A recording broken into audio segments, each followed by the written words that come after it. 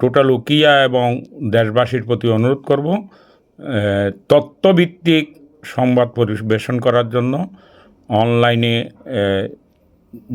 যে কোনো কিছু লেখলে একটু তথ্যটা যাচাই করতে হবে, সেখানে বিভ্রান্ত না হওয়ার জন্য আমি সকলের প্রতি অনুরোধ জানাচ্ছি। 4/11/2024 ইংরেজি তারিখে আমাদেরকে টিসিবির তালিকা করার জন্য সরকার কর্তৃক নির্দেশ দেওয়া হয়েছিল।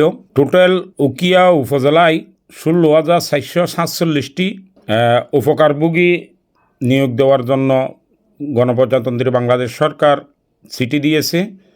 সেই প্রেক্ষিতে জনসংখ্যা অনুপাতে উপজেলায় এইটা বিভাজন করে 4/11/2024 সালে আমাদেরকে চিঠি দিয়েছে উপজেলা নির্বাহী অফিসার।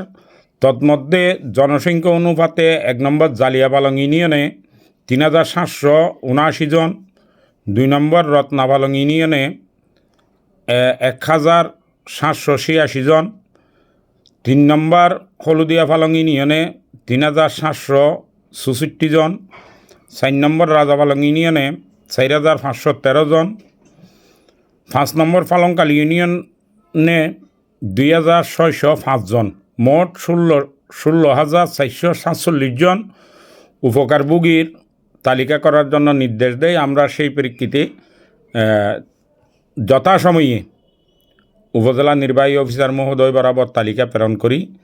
সেই সুবাদে গণপ্রজাতন্ত্রী বাংলাদেশ সরকার কর্তৃক উপকারভোগী নিয়োগ হয়েছে। পরবর্তীতে আরেকটি চিঠি দিয়ে ওই উপকারভোগীদের নাম অনলাইন করার জন্য, যেহেতু ডিজিটাল স্মার্ট কার্ড দেওয়া হয়, এই চিঠির প্রেক্ষিতে আমরা তালিকা প্রেরণ করেছি। সেইখানে 1 নম্বর রাজাপালং ইউনিয়নে 1,576 জন, 2 নম্বর জালিয়াপালং ইউনিয়নে 305 জন, 2 নম্বর রত্নাপালং ইউনিয়নে 190 জন, হলদিয়াপালং 3 নম্বর হলদিয়াপালং ইউনিয়নে 14 জন। অনলাইনে আসে নাই, যার কারণে সরকার পুনরায় তালিকা হতে বাদ যাওয়া উপকারভোগীদের নাম পুনরায় অনলাইন করার জন্য নির্দেশ দিয়েছে। সেই প্রেক্ষিতে উপজেলা নির্বাহী অফিসার মহোদয় আজকে একটি চিঠি দিয়েছে।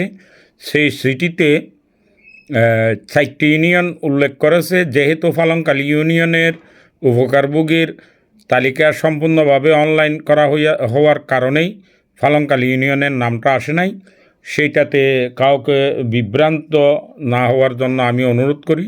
আসলেই পালংকালী ইউনিয়নের যে উপকারভোগীদের নাম অন্তর্ভুক্ত হওয়াতেই, অনলাইনে অন্তর্ভুক্ত হওয়াতেই আসে নাই, সেইখানে কোনো ধরনের বৈষম্য হয় নাই।